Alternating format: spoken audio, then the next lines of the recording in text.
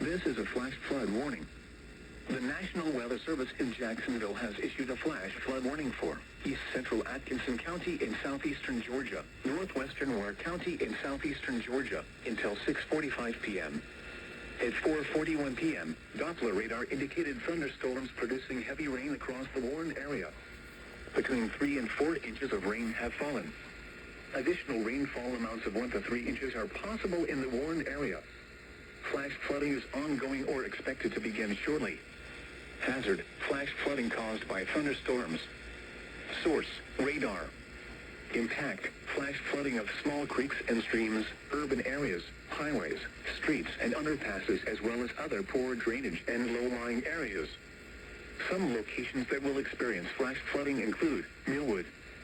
Turn around, don't drown when encountering flooded roads. Most flood deaths occur in vehicles. Repeating, a flash flood warning has been issued until 6:45 p.m. for the following counties in Georgia: Atkinson and Ware.